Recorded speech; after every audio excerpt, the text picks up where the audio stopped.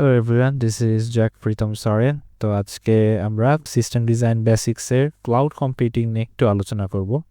ভিডিওটা বেশি বড় হবে না, জাস্ট আপনাকে একটা একটা ধারণা দেওয়ার চেষ্টা করবো যে ক্লাউড কম্পিউটিং জিনিসটা কি। এটা আমরা আশেপাশে শুনে থাকি ক্লাউড কম্পিউটিং।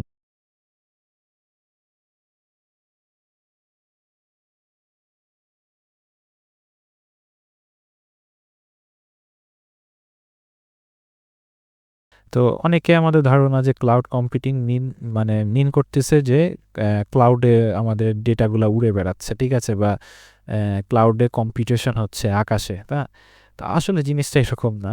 ক্লাউড কম্পিউটিং জিনিসটা হচ্ছে মেনলি যে আপনার ওই সার্ভারগুলা, যে সার্ভারে আপনার সমস্ত কিছু হোস্ট করা আছে, সেই সমস্ত সার্ভারগুলা কোনো একটা রিজিয়নে, কোনো একটা ডেটা সেন্টারে সেটা ফিজিক্যালি রাখাই আছে, ঠিক আছে। সো ফিজিক্যালি রাখা আছে এবং এটা আপনার নেটওয়ার্কের থ্রুতে আপনারা সেটা অ্যাক্সেস পাচ্ছেন, সেটার জন্য হয়তো ওটাকে ক্লাউড কম্পিউটিং বলা হচ্ছে, যে এটা আসলে মানে আপনি নেটওয়ার্কিংয়ের মাধ্যমে থ্রুতে আসতেছে বলে এই জিনিসটাকে ওইভাবে প্রকাশ করা হচ্ছে। তো ক্লাউড কম্পিউটিং কি আপনি নিজে, মানে যেহেতু আপনি বলতেছেন তাহলে যে ফিজিক্যালি সার্ভার দিয়ে তাহলে আছে, যেহেতু তাহলে ফিজিক্যালি সার্ভার দিয়ে ক্লাউড কম্পিউটিংয়ের আমরা হচ্ছে সার্ভিসটা নিতে পারতেছি, তাহলে কি আমি নিজের ফিজিক্যালি সার্ভার সেট আপ করে ক্লাউড আমার কিছু হোস্ট করতে পারবো? হ্যাঁ, পারবেন, অবশ্যই পারবেন। আপনি নিজের ফিজিক্যালি সার্ভার বিল্ড করে আপনি সেটাকে ভাড়া দিতে পারবেন, ইচ্ছা করলে সেটা পারবেন। হ্যাঁ, এটা পসিবল। বাট ক্লাউড কম্পিউটিংয়ের থেকে আমরা ফিজিক্যালি সার্ভার, এই দুইটার যে ডিফারেন্সটা বা এটার যেটা প্রবলেম যেটা হয় সেটা হচ্ছে কি, আপনি যখন ফিজিক্যালি সার্ভারে যদি আপনি নিজের সার্ভার, আপনি যদি নিজের সাইট আপনি যদি হোস্ট করেন নিজের সার্ভারে, তাহলে আপনার অনেক কিছু লক্ষ্য রাখতে হবে। যেমন হচ্ছে আপনার সার্ভারের হচ্ছে স্কেলেবিলিটির বিষয়ে লক্ষ্য রাখতে হবে, কারণ আপনার সার্ভারে যদি ফুল লোড হয়ে যায় তাহলে আপনাকে আবার হার্ডওয়্যার আপগ্রেড করতে হবে, রিসোর্স বাড়াতে হবে, তারপরে আপনাকে অনেক কিছু দেখতে হবে। সো আর সার্ভার সবসময় ঠিক মতো চলছে কি না আপনার সবসময় খেয়াল রাখতে হবে, মনিটরিং করতে হবে, ঠিক আছে। সো এই একটা ফ্যাক্ট আছে। তারপরে আপনাকে সার্ভার 24/7 রান থাকবে, সেটার একটা কস্ট আছে, আপনাকে সেই কস্ট পে করতে হবে, ইলেকট্রিসিটি বিল বলতে গেলে। তো সেটা একটা আছে। সার্ভার যদি বাই চান্স ফেল হয়ে যায়, আপনার হার্ডওয়্যার ফেল হয়ে যায়, তাহলে আপনার সাথে সাথে চেঞ্জ করতে হবে। সো ওই সমস্ত সময় ডাউন টাইম থাকবে।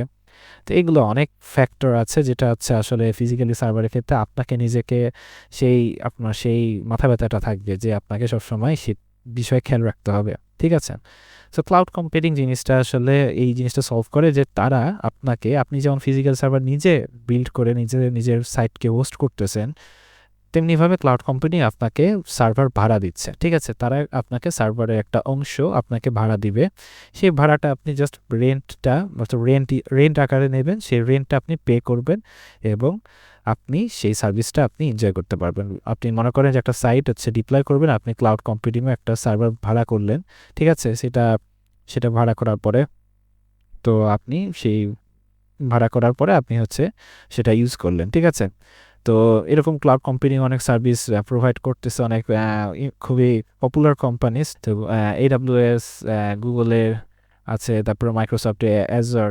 তো এইগুলো হচ্ছে তারা ক্লাউড কম্পিউটিংয়ের সার্ভিস প্রোভাইড করে। তো মেনলি বিষয়টা হচ্ছে কি, যে ক্লাউড কম্পিউটিংয়ে আমরা যখন আমাদের পিসি বা ডিভাইস থেকে যখন কোনো কিছু রিকোয়েস্ট করি, যে সার্ভারে রিকোয়েস্টটা যাচ্ছে, যখন ক্লাউড কম্পিউটিংয়ে আপনি হোস্ট করবেন, সেই সার্ভারে হিট করবে, সেই সার্ভার থেকে শুরু করে ডেটাবেস পর্যন্ত এই পুরা অংশটুকু সমস্ত কিছু হবে এই ক্লাউড কম্পিউটিং আপনার রেন্ট করা ওই সিস্টেমের ভিতরে, ঠিক আছে। সেটা AWS হতে পারে, সেটা হতে পারে হচ্ছে আপনার অ্যাজুরে, মাইক্রোসফটের।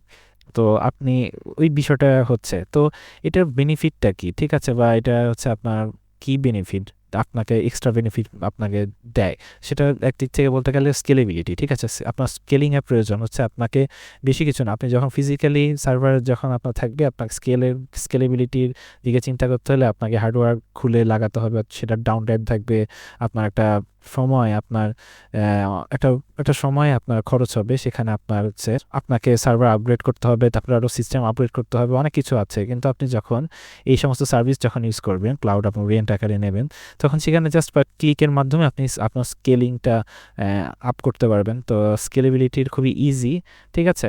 নেক্সট আসি হচ্ছে আপনি হচ্ছে যতটুকু স্কেল করবেন, আপনার সার্ভিস আপনার যতটুকু ইউজ হবে ঠিক আছে? আপনার রিসোর্স যতটুকু ইউজ হবে আপনি ততটুকু টাকা পে করবেন, ঠিক আছে? সো এটা একটা মজা আপনাকে বলে রাখি যে মনে করেন আপনি জানেন যে আপনার এই দিনে আপনার হচ্ছে ট্রাফিক হাই থাকে, ঠিক আছে? আপনি হয়তো বা একটা একটা দিনের জন্য অফার দিচ্ছেন আপনার সাইটে, ঠিক আছে? সেই দিনে হয়তো ট্রাফিক বেড়ে যাবে। তো আপনি জানেন যে ওই দিনে ট্রাফিক বাড়বে, আপনার রিসোর্স, আপনার স্কিল করতে হবে, ঠিক আছে? আমার রিসোর্স বাড়াতে হবে। তো আপনি কয়েকটা ক্লিকের মাধ্যমে আপনি রিসোর্স বাড়িয়ে দিলেন। সেই দিনের যে রিসোর্সটা এক্সট্রা হাই আপনার ইউজ করতে হচ্ছে, সেটা এক্সট্রা আপনি যতটুকু ইউজ করবেন ততটুকু আপনি পে করবেন, ঠিক আছে? প্রতি পুরা মাসে। তারপর আবার যেদিন লো হয়ে যাবে আপনি সেই রিসোর্সটাকে নামায় রাখতে পারবেন, ঠিক আছে? লো করে রাখতে পারবেন। সো এই একটা আপনাকে ফ্লেক্সিবিলিটি দেয় আপনি যখন ক্লাউড কম্পিউটিং সেই সার্ভিসগুলো ইউজ করবেন, ঠিক আছে?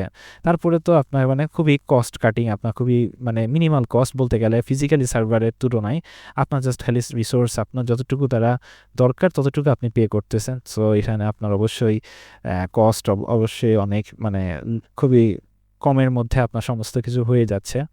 তারপর একটা জিনিস কি, ডাউন টাইমের অতটা চিন্তা থাকে না, কারণ কি ক্লাউড কম্পিউটিংয়ে যারা এই সমস্ত সার্ভিস প্রোভাইড করতেছে তাদের চাকরি হইতেছে আপনার সেই সিস্টেমটাকে 24/7 রান রাখা, সেটা ঠিক আছে কিনা, সেটা কোনো ইরর হচ্ছে কিনা, এবং সমস্ত কিছু মেনটেন্যান্স করবে তারা। আপনাকে কোনো মাথা ব্যথা নাই, আপনি জাস্ট খালি মনিটরিং করবেন সমস্ত কিছু ঠিক চলছে কিনা, আর আপনার যে বিজনেসের যে প্রোডাক্ট আছে সেটার উপর আপনি মেইনলি ফোকাস করতে পারবেন।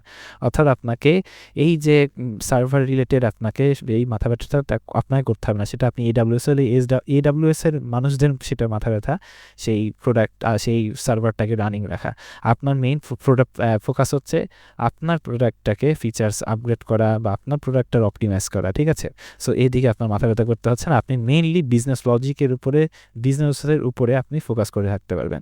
তো এই তো ক্লাউড কম্পিউটিংয়ের এই যে ছোট্ট একটা টপিক ছিল, এই ছোটো একটা টপিকে আপনি হয়তো কিছু শিখেছেন। AWS আছে, তারপরে হচ্ছে গুগলেরও আছে, সার্চ করে দেখবেন, এবং মাইক্রোসফটেরও আছে। সো এগুলো দেখবেন, ঘাটাবেন এবং দেখবেন যে এগুলো তিনটার কী প্রোভাইড করে। আরও অনেক কিছু আছে, আপনি আরও এক্সটার্নাল আছে, আমি পপুলারগুলো বললাম। তো এগুলো একটু ঘাটায় দেখবেন। ক্লাউড কম্পিউটিং এটা খুবই এখন খুবই বেস্ট।